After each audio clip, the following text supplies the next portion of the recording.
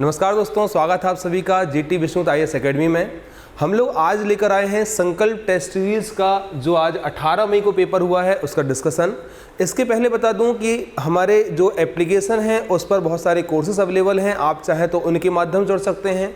हमारी बहुत सारी ऑफलाइन क्लासेस जो हैं MPPSC प्रीलिम्स के लिए, मेंस के लिए, UPSC के लिए, साथ ही कांस्टेबल SI वगैरह पटवारी के लिए हैं, आप उनके लिए भी विजिट कर सकते हैं GT Vishnu IAS academy Bhawarkua Indore में। चलते हैं इन टेस्ट सीरीज के ऊपर में। सबसे पहले बात करेंगे, जैसे आज का पेपर है और इस पर हम बात करेंगे सिलेबस के अकॉर्डिंग। मैंने पहले बताया हुआ था कि हमारे पेपर जो है वो टाइम टेबल बना हुआ है अलग अलग डेट के अकॉर्डिंग, उसमें से अलग अलग टॉपिक हैं। जैसे कि हम बात करेंगे कि ज्योग्राफी में भूकंप, ज्वालामुखी और आपदा प्रबंधन का टॉपिक जुड़ा हुआ है। इसी प्रकार से बाकी और जो सब्जेक्ट हैं उनमें से आपका जैसे कि उत्सव, मेले, पर्व या हमारे गुफाएं वगैरह, इनके आपके टॉपिक हैं अलग अलग सब्जेक्ट के। तो उनमें से हमने क्वेश्चन को चूज किया हुआ है और वही हम लोग डिस्कस करने वाले हैं। स्टार्ट करते हैं। सबसे पहले आपका पहला पार्ट, भूकंप को मापने में उपयोग किए जाने वाले तीव्रता के पैमाने की सीमा क्या है, ये क्वेश्चन यहां दिया हुआ है। तो यहां हम ऑप्शन देखेंगे भाई 1 से 12, 1 से 7, 1 से 15 और 1 से 5। हमें यहां पर में ये क्वेश्चन में ये नहीं दिया गया है कि किस पैमाने की बात कर रहा है, तो हमें ये याद होना चाहिए कि भैया 3 पैमाने के आधार पर हम लोग मापते हैं इंटेंसिटी ऑफ द अर्थक्वेक या भूकंपीय तीव्रता। वो एक होता है रिचर स्केल या रिक्टर स्केल, उसमें होती है 0 से 9 तक होती है। दूसरा है हमारा मर्केली स्केल, उसमें होती है कितनी, तो उसमें होता है मर्केली में 1 से 12 तक, और एक होता है रॉसी फेरल, वो अलग हमारे पास मिल जाएगा, उसमें लगभग 11 तक के बिंदु देखे जाएंगे। तो यहां पर इन ऑप्शन में से बेस्ट आपका आंसर रहेगा 1 से 12 तक का पार्ट यहां शामिल किया जाएगा। मतलब हम देखेंगे कि जो इंटेंसिटी ऑफ द अर्थक्वेक है उसका मेजरमेंट किया जाता है मर्केली स्केल में। 1 से 12 तक के इंटेंसिटी वाले पैमाने होते हैं। चलते हैं, कुछ और बातें यहां देखेंगे कि भूकंप क्या है। तो भूकंप एक प्रकार से अर्थक्वेक जैसे कहा जाता है, भूमि में कंपन होने की प्रक्रिया होती है। इसका जो भूकंपी तरंगें निकलती हैं, PS और L तरंगें निकलती हैं, इनका मेजरमेंट या भूकंपी तरंगों का जो रिकॉर्डिंग होती है, अंकन होता है, वो होता है सिस्मोग्राफ में। और भूकंप की तीव्रता का मापन होता है मर्केली स्केल, रिचर स्केल और रॉसी फेरल स्केल में। ध्यान रखेंगे यहां पर मर्केली, रिचर और आपका जो एक रॉसी फेरल है वो तीव्रता के मापन के लिए यूज होते हैं, जबकि इंटेंसिटी जो हमारा पॉइंट आ गया, और जो अर्थक्वेक की जो वेव्स होती हैं, सिस्मिक वेव्स, उनकी रिकॉर्डिंग होती है सिस्मोग्राफ में। ये पॉइंट हमारे पास आया। अब चलते हैं नेक्स्ट पार्ट हमारा, जैसे कि एक तरीके से यहां हमने चर्चा किया है रिचर, मर्केली और ये आपका सिस्मोग्राफ का पॉइंट। तो ये एक हमारे क्वेश्चन चर्चा हुए। रिचर स्केल या रिक्टर स्केल की खोज हुई थी 1935 में चार्ल्स फ्रांसिस रिचर या रिक्टर द्वारा, और ये एक बार MPPSC मेंस में इस बार 2020 में क्वेश्चन भी आया हुआ था, आपको याद होना चाहिए। तो ये भी थोड़ी थोड़ी चीजें हमें देखना है। गिसेस मर्केली ने इसकी खोज की थी, मर्केली स्केल की, और सिस्मोग्राफ हमारे पास में एक तरीके से रिकॉर्डिंग करता है। अगला क्वेश्चन हम लोग चलेंगे नेक्स्ट पार्ट पर में। तो मैंने आपको जैसे सर लोगों ने बताया हुआ है, टोटल हमारे पास 100 क्वेश्चन होंगे। हम लोग रैंडमली कुछ क्वेश्चन को यहां डिस्कस करेंगे आपके सामने, जो इंपॉर्टेंट हमारे पास हो जाते हैं एग्जामिनेशन के पॉइंट ऑफ व्यू से। चलेंगे अगला।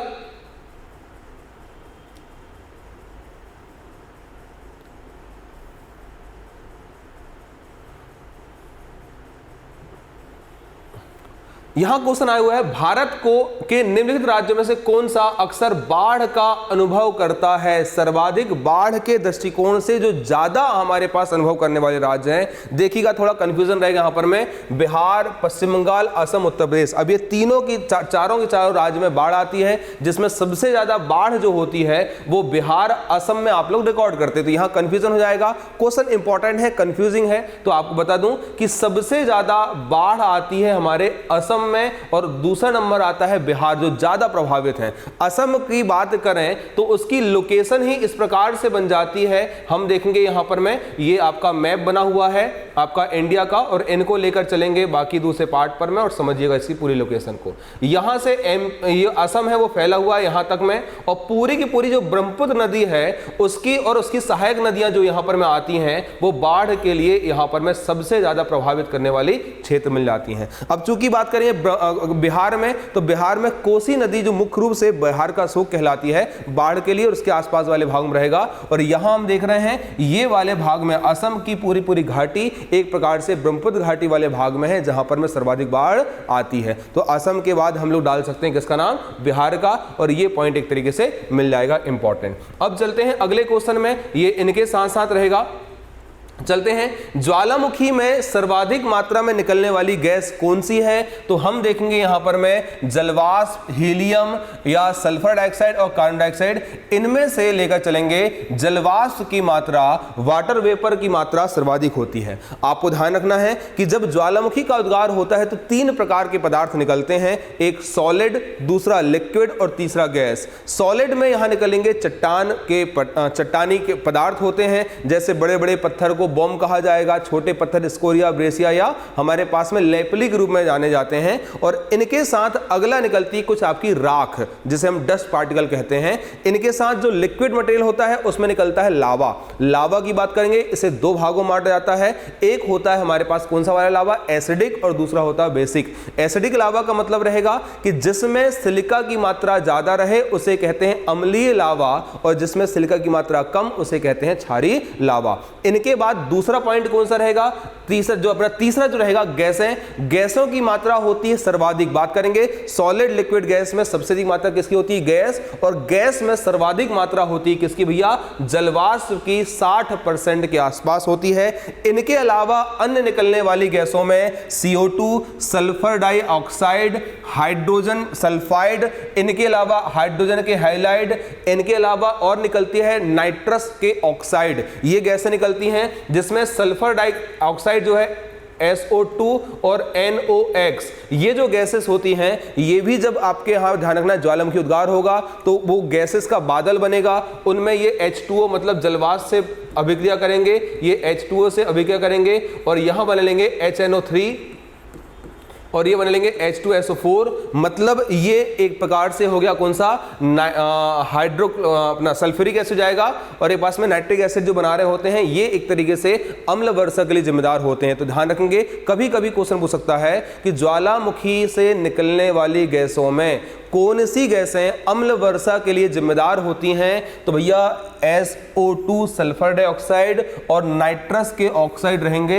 ये ध्यान रखना है। और हमारे पास में आपका नाइट्रिक एसिड, सल्फ्यूरिक एसिड हमारे पास मुख्य रूप से अम्ल वर्षा कराते हैं। नेक्स्ट चलेंगे, अगला क्वेश्चन हमारे पास रहेगा, यहां चलिएगा।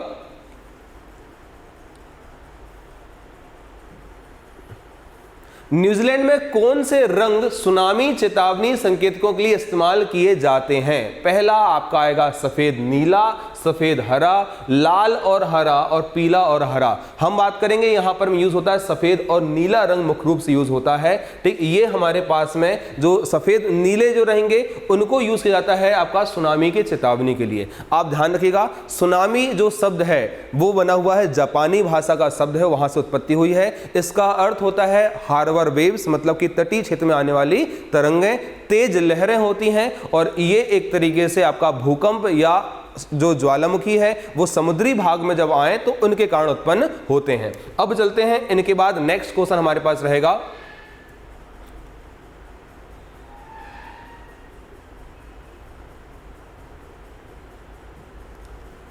ठीक, नीचे दिए गए आपदा न्यूनीकरण उपायों में से उस उपाय की पहचान कीजिए जिसे गैर संरचनात्मक रूप में जाना जाता है, जो स्ट्रक्चर्ड नहीं है उस रूप में जाना जाता है। बाढ़ रंगाई, दूसरा जाएगा हमारे पास कौन सा, भूमि उपयोग जोनिंग, बाढ़ प्रभावित क्षेत्रों में घरों का राशन और बीमा कार्यक्रम, सुदृढ़ जल स्तंभ, सुरक्षित कक्ष।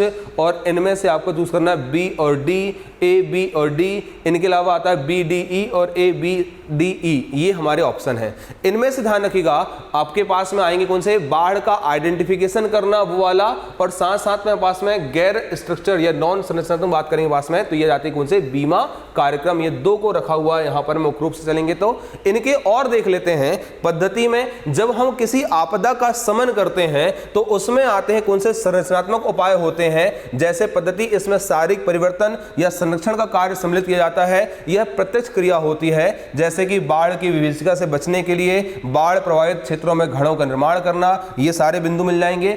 इनके अलावा अगला आता है हमारे पास कौन सा, नए पद्धतियों को अपनाने के लिए, काम को अपनाना, सुरक्षित स्थानों पर जाना, उचित कार्यवाही को करने के लिए लोगों को प्रेरित करना, खतरे की भौतिक बाधाओं को कम करने के लिए या और के लिए लिया गया आपका कोई प्रौद्योगिकी अपनाना, यहाँ पर आपका जो तूफान से बचने के लिए सुरक्षित कमरे बनाना, विंड प्रूफ भूकंप या कमरे बनाना, ये चीज हमारे पास में प्राथमिक कार्य में जाएंगे। अगले जो संरचनात्मक कार्य में जाएंगे, अगला आता है गैर संरचनात्मक, तो इसमें व्यक्तिगत स्तर पर आपातकालीन प्रबंधन योजना का निर्माण किया जाता है। स्थानीय स्तर पर लोकप्रिय है यह पद्धति, इसे एक सुरक्षात्मक बचाव के रूप में भी, सुरक्षात्मक बचाव के रूप में जाना जाता है। अगली बात करेंगे भूमि उपयोग जोनिंग, इसका उदाहरण मिल जाएगा, बीमा कार्यक्रम मिल जाएगा, मानसिक रूप से तैयारी करना कार्यक्रम में जाएगा, और प्रशिक्षण या शिक्षण कार्य भी इसमें शामिल कर लिया जाएगा। ये बिंदु हमारे पास मिल जाएंगे। अब चलते हैं अगले क्वेश्चन की ओर में। यहां देखिएगा, बर्फानी तूफान किस प्रकार के प्राकृतिक खतरों के अंतर्गत आते हैं, वायुमंडलीय, लौकिक या जलीय या जैविक। जैसे हम कहते हैं ना बर्फा के बड़े बड़े तूफान आते हैं, वो वाली बात करेंगे। तो यहां पर आते कौन से, वायुमंडलीय तूफान है, ये जनरली आते हैं। जैसे हमारे पास हैवी रेन, जो आपका जो आइस रेन जिसे हम बोल सकते हैं, उसका कंसेप्ट में लिया जाता है। तेज हवाओं के जब बर्फीली हवाएं चलेंगे, उसे हम यहां पर बोल रहे होते हैं। तो एक पार्ट से एक आपका वायुमंडलीय दशा के कारण होने वाली घटना है, कोई बड़ा विशेष नहीं है इसमें, ये आपका सिंपल सा पॉइंट मिल जाएगा।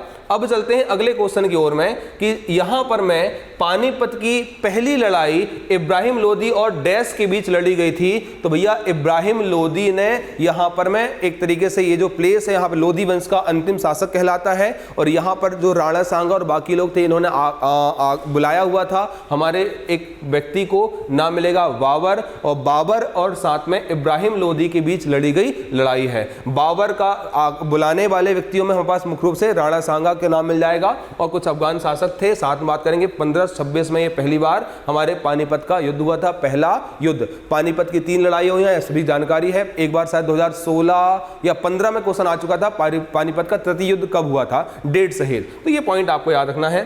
अब चलेंगे इनके साथ, और यहां पर मैं क्वेश्चन पूछा हुआ है कि जब अकबर युवा अवस्था में तो उसका संरक्षक कौन बना हुआ था। तो हम बात करेंगे इसका संरक्षक बना बैरम खान। जब 1556 में इनके पिताजी की डेथ हो जाती है, ठीक, हम बात करेंगे तो यहां पर मैं ये जो हुमायूं की डेथ हो जाती है, पिताजी मतलब हुमायूं बात करेंगे, तो यहां इनका संरक्षक बना हुआ था बैरम खान, इनको आपको याद रखना है। और इन्हीं एक पार्ट से हुमायूं ने बैरम खान को खाना की उपाधि दी हुई थी। और पानीपत के द्वितीय युद्ध जो हमारे पास में बैरम खान के नेतृत्व में यहां लड़ा गया था, यह भी आपको याद रख लेना है। अगला चलेंगे इनके साथ, भारत का पहला मुगल शासक कौन था। तो पहला मुगल शासक की बात करेंगे हम लोग, तो ये आ जाता है बाबर। हमें ध्यान रखना है क्योंकि उसके पहले तक में यहां पर सल्तनत काल चल रही थी, जिसमें हम देखेंगे आपके पास कौन सा बना था, गुलाम वंश से लेकर के यहां तक आता है कौन सा, एक तरीके से आपका लोदी वंश तक की बात करेंगे।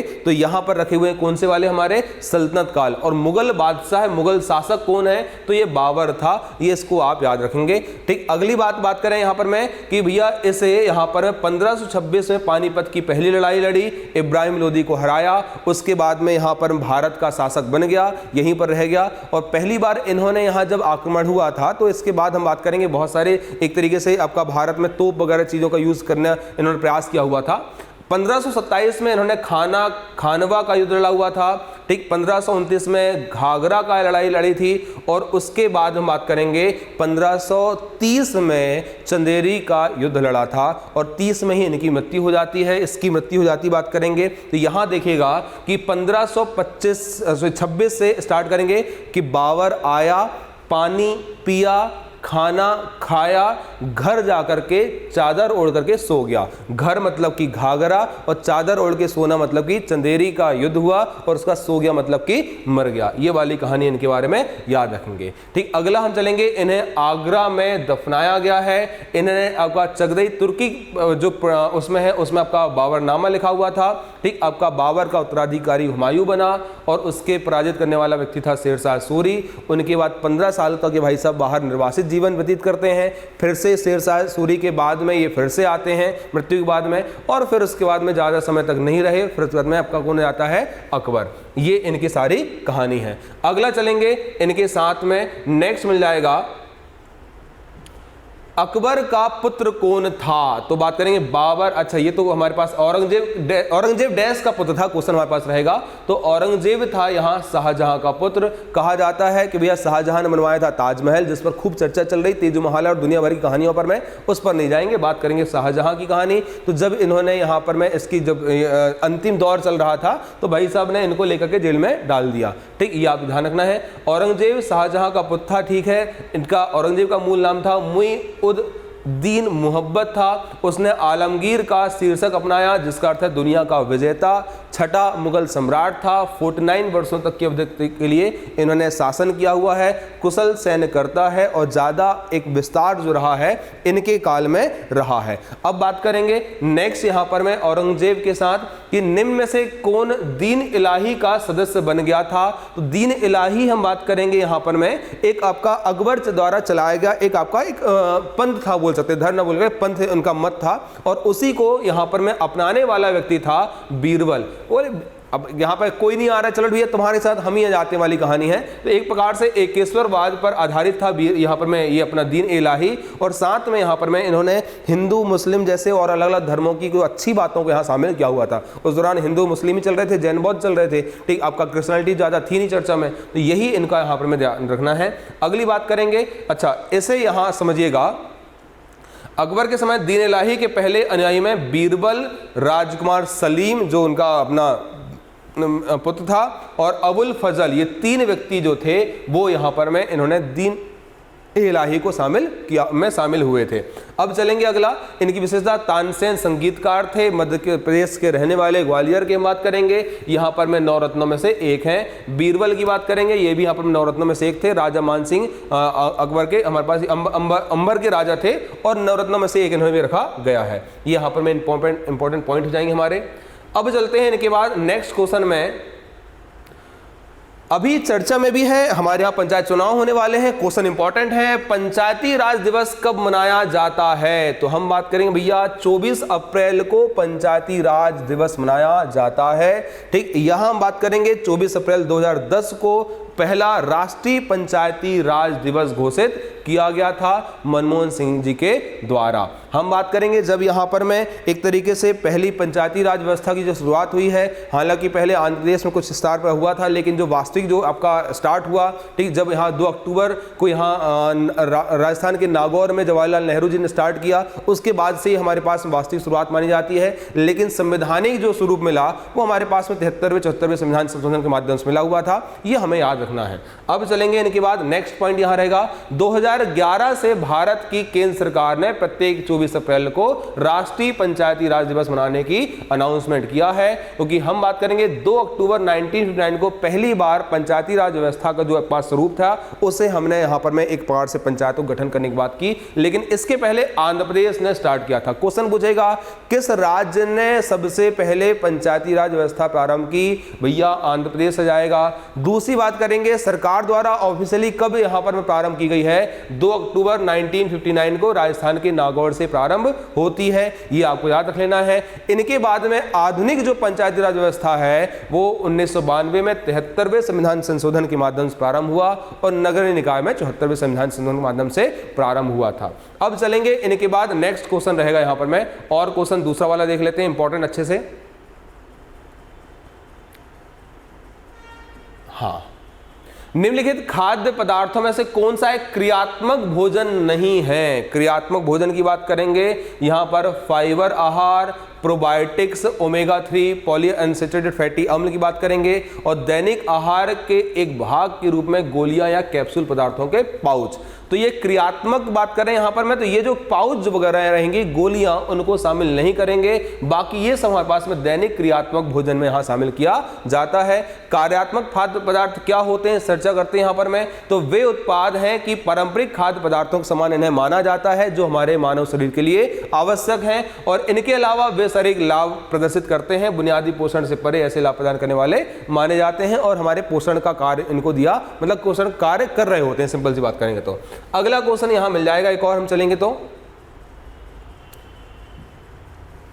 हीरा भूमिया का मेला निम्न में से किस जिले में आयोजित किया जाता है? तो हम बात करेंगे कहाँ पर मिल रहा है अभी आपके पास में, धार, देवास, ग्वालियर, बालाघाट में। तो ये मिल जाता है कहाँ पर में, हीरा भूमिया ग्वालियर में। ठीक, तो हम बात करेंगे तो ये हीरा भूमिया मध्य प्रदेश ग्वालियर जिले में अगस्त सितंबर में आयोजित किया जाता है।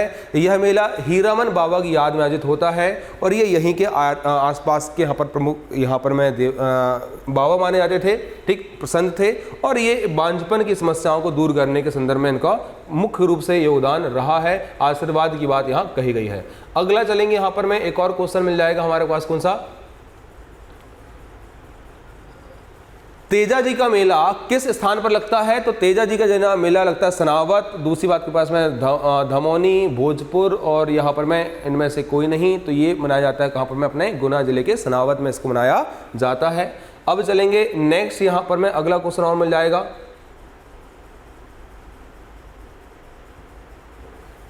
सीधी के धीदरा गांव में कौन सा मेला लगता है? तो यहां बात करेंगे चांद देवी का मेला सीधी के धीदरा गांव में यहां पर में मनाया जाता है। तक्षकेश्वर का मेला मंदसौर में, और अपने हो जाएगा शहीद मेला की बात करेंगे तो पास में सनावत में, राई मेला की बात करें तो ये गुना में यहाँ पर मिल जाएंगे। ये इंपॉर्टेंट हमारे पास कुछ पॉइंट और एक्स्ट्रा मिल जाएंगे। अगला चलते हैं नेक्स्ट आपका, और समझिएगा इनमें से क्वेश्चन में से, ठीक है, मुक्तागिरी नामक प्रसिद्ध स्थान कहां पर है? तो हम बात करेंगे ये सिचुएटेड सिवनी, बैतूल, दतिया, सागर। तो ये मुक्तागिरी जैन स्थल जो रहेगा वो कहां पर है आपका, बैतूल में, ये ध्यान रखेंगे। सोनागिरी है दतिया में, गुम्मटगिरी रहेगी इंदौर में, ये आपके जैन तीर्थ स्थल हैं। सिवनी और सागर में ऐसे आपके पास बाकी जैन स्थल हैं, लेकिन ये इंपॉर्टेंट यहाँ पर में इनमें से ज़्यादा नहीं है। अब चलते हैं और बाकी साइंस के क्वेश्चन कुछ इंपॉर्टेंट वाले देख लेते हैं।